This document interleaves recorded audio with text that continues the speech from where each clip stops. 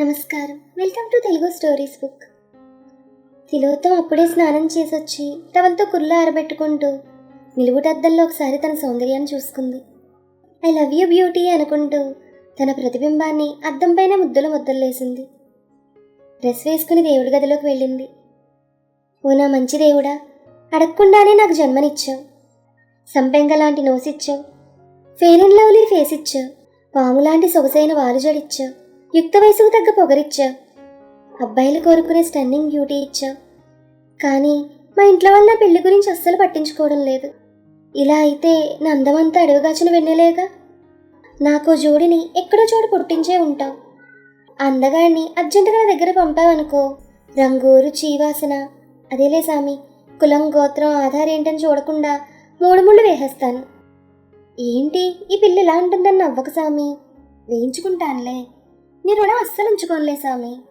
మా వారిని కొండకు తీసుకొచ్చి గుండు కొట్టిస్తాను, సరేనా అంటూ దేవుడికి ఫ్లయింగ్ కిస్ ఇచ్చి గది బయటకు రాబోతున్న తిలోత్తమ ఎదురుగా ఉన్న తల్లి రాధని చూసి షాక్ తింది. ఆగు, ఏంటి పిచ్చివాగుడు, దేవుడికి దండం ఇలాగైనా పెట్టుకునేది అని కోపంగా అడిగింది రాధ. తప్పేముందమ్మా, మీరు ఎలాగూ నన్ను చదివించరు, పెళ్లి చేయరు. నన్నేమో పట్నం పంపించి బీటెక్ చదివించారు. పెళ్ళేమో చదువు సంధ్యలేనో పల్లెటూరు బయటికి చేయాలని చూస్తున్నారు. వాడు కాస్తుంటే చాలు, అందుకని నా గోడ గోవిందుడికి నా స్టైల్లో చెప్పుకున్నానంది తిలోత్తమ. రాధకి ఏం సమాధానం చెప్పాలో అర్థం కాక కోపంగా చూసి ఊరుకుంది. తిలోత్తమ తీరుపై రాధ భర్త కృష్ణతో చర్చించింది. తొందరలోనే తిలోత్తమకు పెళ్లి చేసి పంపాలని నిర్ణయానికి వచ్చారు. అంతవరకు తిలోత్తమలో కంట కనిపెడుతూ ఉండాలని, లేకపోతే అది గోడ దూకితే ఆ తర్వాత అందరూ గోదావరిలో దూకాల్సి వస్తుందని అనుకున్నారు. ఇంతలో మొదటి సంబంధం వచ్చింది.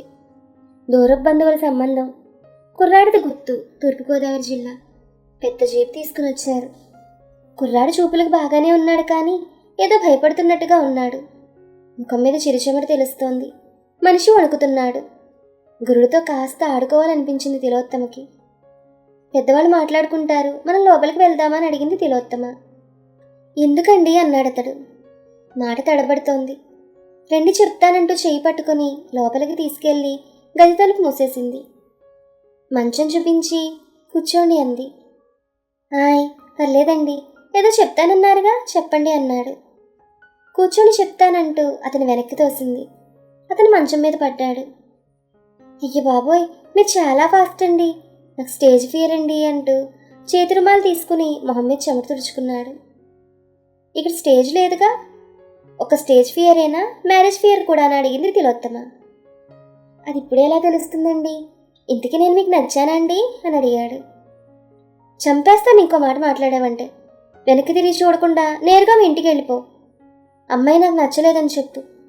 ఇంకొక మాటగానే ఎక్కువ మాట్లాడావో అంటూ కళ్ళు చక్రాల్లా తిప్పుతూ గుడ్లూరిమి చూసింది తిలోత్తమ అతని వైపు. హాయ్ అలాగేనండి అంటూ వెళ్లే ముందు తలుపు దగ్గర ఆగి, నా పేరు లింగబాబండి, 10th ఫెయిల్ అండి, పొలం దున్నుతానండి, కుప్పను ఊరుస్తానండి, ఒక్కడినే 50 కిలోల బియ్యం బత్త అవలేలక ఎత్తేస్తానండి, పాలు పితుకుతానండి, ట్రాక్టర్ తోలుతానండి, రైస్ మిల్ ఉందండి. మన పెళ్ళయ్యాక నేను పొలం పనులు చేస్తే మీరు మిల్లులో కూర్చుని లెక్కలు చూడొచ్చండి. మీకు ఓకే అయితే నాకు కూడా ఓకే అండి అన్నాడు. ఒరే లింగబాబు, మీ రైస్ మిల్లులో నాకు లెక్కలు రాసి గుమస్తాకులు ఇస్తావా అంటూ చేతి కింద కర్ర తీసి విసిరిందామి. లింగబాబు తప్పించుకుని బయటకు పరిగెత్తాడు. ఆ వెంటనే రాధ లోపలికి వచ్చింది. ఆ కుర్రాడిని ఏం చేశావే, అలా ఆక్కుండా పారిపోయాడు? వాడు చాలా ఆస్తిపరులు తెలుసా, కోపంగా అంది. ఆస్తిపరుడే, అందుకనే తగిన శాస్తి చేసి పంపించానంది తిలోత్తమ. ఆ తర్వాత రెండో సంబంధం వచ్చి రావడంతోనే ఆ కుర్రాడి తండ్రి, ఏం కృష్ణయ్య, మీ డైరీ బిజినెస్ మంచి లాభాల్లో ఫుల్లుగా ఉందంట కదా, అది తెలిసే వచ్చాను మీతో సంబంధం కలుపుకోవాలని. మరి 25 ఎకరాల మాగాని, 25 ఎకరాల కొబ్బరి తోటలు. కో అంటే కోనసీమే కాదు, కో అంటే కోట్లు. ఇన్ని కోట్లకి ఏకైక వారసుడు మా సత్తిపండు. అరే సత్తిపండు, ఒకసారి లేచి నుంచోరా.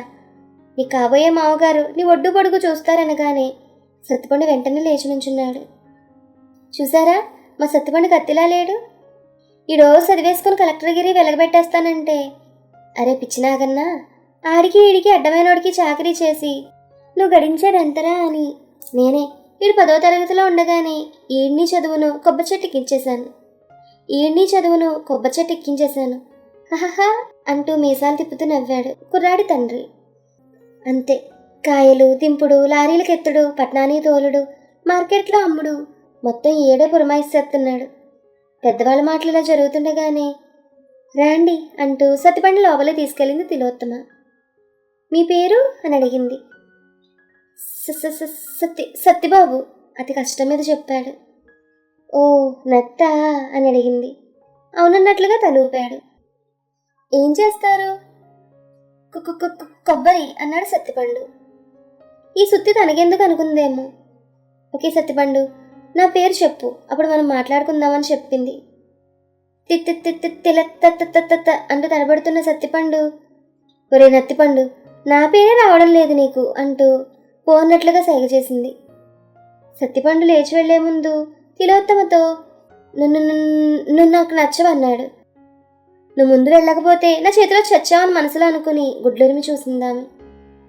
వాళ్ళు వెళ్ళిపోయిన తర్వాత కృష్ణయ్య వచ్చి, వాళ్ళు మన ఆస్తిని కలుపుకోవడానికి వచ్చారు, మన అమ్మాయిని కాదని తల్లితో అండం విని, అమ్మయ్య మై గాడ్ గోవింద బ్రతికించావయ్యా అనుకుంది తన మనసులో.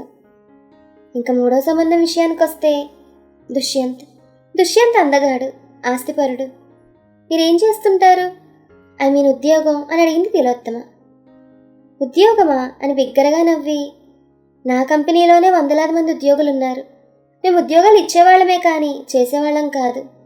వీఆర్ సో రిచ్ యునో అన్నాడు దుష్యంత్. మరి మీ హోదాకు తగ్గట్టుగా సో రిచ్గానే చూసుకోబోయారా అంది తిలోత్తమ. అందం అణుకువ క్యారెక్టర్ మా క్లాస్లో రేర్ యునో అన్నాడు దుష్యంత్. కానీ నాకు ఉద్యోగం చేయాలనుంది, అది మీకు ఓకేనా అని అడిగింది తిలోత్తమ. వాట్ నాన్ సెన్స్, చెప్పంగా మేం బాస్లం, సర్వెంట్స్ కాదు. ఇంట్లో కూడా వంటకి ఇంటి పనికి పని మనుషులుంటారు. ఇంకా గార్డెనింగ్కి సెక్యూరిటీ గార్డ్, డ్రైవర్లు. ఓహో, ఎప్పుడూ చూడని ఐశ్వర్యం చూస్తావు నువ్వు. నువ్వు అందంగా తయారై నాతో పార్టీలకు ఫంక్షన్లకు షాపింగ్లకు వస్తే చాలు. మరి మీ గర్ల్ ఫ్రెండ్స్ అని అడిగింది. వాట్ యార్, అది సొసైటీలో మా స్టేటస్ సింబల్. మా పరపతిని ఆస్తిని బట్టి ఎంతమంది అయినా ఉంటారు. అయినా నీకు స్వర్గం చూపిస్తానంటే ఎగిరి గంతేస్తావు అనుకున్నాను. టెల్ మీ ఏ సార్ను ఒక మాటలో చెప్పే అన్నాడు అతను. తిలోత్తమకి దుష్యంత్ తీరు చాలా అవమానకరంగా తోచింది. ఒకరుగా మాట్లాడుతున్నాడు అనుకుంది. అందుకనే నేను మా బాయ్ ఫ్రెండ్ అడిగి చెప్తానంది. అంతే, దుష్యంత్ కారికి వెళ్ళిపోయాడు. ఇలాగైతే దీనికి పెళ్ళైనట్టే అనుకుంది రాధ. ఆ తర్వాత తిలోత్తమ చెప్పింది విన్నాక తండ్రి కృష్ణయ్య తిలోత్తమ తెలివితేటలు మెచ్చుకున్నాడు. నాన్న, మనకి ఎంత వస్తుంది అని తిలోత్తమ అడిగిన ప్రశ్నకు, నీకెంత కావాలి చెప్పు, మనందరికీ, మా తదనంతరం నీకు, నీ పిల్లలకి, వాళ్ళ పిల్లలకి, పిల్లల పిల్లలకి సరిపోయేంతుంది, సరేనా అన్నాడు కృష్ణయ్య. నన్ను కట్టుకోబోయేవాడికి ఎంత ఆస్తుండాలి? నువ్వు అమ్మను పెళ్లి చేసుకున్నప్పుడు నీకు ఎంత ఆస్తుండేది అని మళ్ళీ అడిగింది తిలోత్తమ. తిలోత్తమ ఇలా అడుగుతుందేంటి రోజు? నిజానికి పెళ్లినాటికి నాకు ఏ ఆస్తి లేదు, అంతా రాతదే. అయితే దాదాపు 25 ఏళ్ళు కష్టపడి ఆనాటి ఆస్తిని ఎన్నో రెట్లు పెంచి కోట్లు చేశాను. ఏం చెప్పాలో అర్థం కాక, ఆస్తి మొత్తం మీ అమ్మదే అమ్మ, నాకేం లేకపోయినా నన్ను మీ అమ్మ ఇష్టపడిందని మా పెళ్లి జరిపించారు అని చెప్పి లేచి వెళ్ళిపోయాడు కృష్ణయ్య. ఇక 4వ సంబంధం. చాలా బాగా అందంగా డీసెంట్గా కూడా ఉన్నాడు.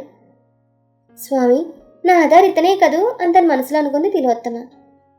రండి కూర్చోండి అనగానే, ముందు సంగతి చెప్పండి, నేను నచ్చకపోతే నచ్చలేదని చెప్పండి, కర్రలు కత్తులు మాత్రం విసరకండి అన్నాడు నవ్వుతూ. అదేంటి అని తిలోత్తమ అర్థం కానట్లుగా చూస్తుంటే, ఊరికినే అన్నాను అని నవ్వుతూ, నా పేరు అభిమన్యు, చదివింది MBA, 2 సంవత్సరాలు చెన్నైలో ఇన్ఫోసిస్లో జాబ్ చేశాను. బుర్రలో తిరుగుతున్న సినిమా పిచ్చితో 2 సంవత్సరాలు ఎలాగో జాబ్లో నెట్టుకొచ్చాను. కానీ ఇక నా వల్ల కాక హైదరాబాద్ షిఫ్ట్ అయి సినీ ఇండస్ట్రీలో అసిస్టెంట్ డైరెక్టర్గా చేస్తున్నాను. నెలకు 30,000 వరకు వస్తాయి.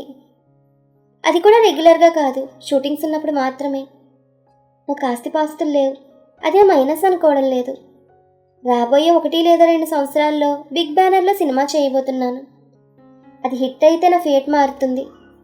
ఇవన్నీ నీతో చెప్పడానికి గల కారణం, మాది మధ్యతరగతి కుటుంబం, మీతో సరితూగే అంతస్తు కాదు. మరైతే ఎందుకు వచ్చాను అనుకుంటున్నారేమో. నాకు మీలాంటి చదువుకున్న అందం, అణుకువ, తెగువ, సెన్స్ ఆఫ్ హ్యూమర్ కలిగిన అమ్మాయిని నా బెటర్ ఆఫ్గా చేసుకోవాలన్న కోరిక. నా లక్ పరీక్షించుకుందామనుకుని వచ్చాను.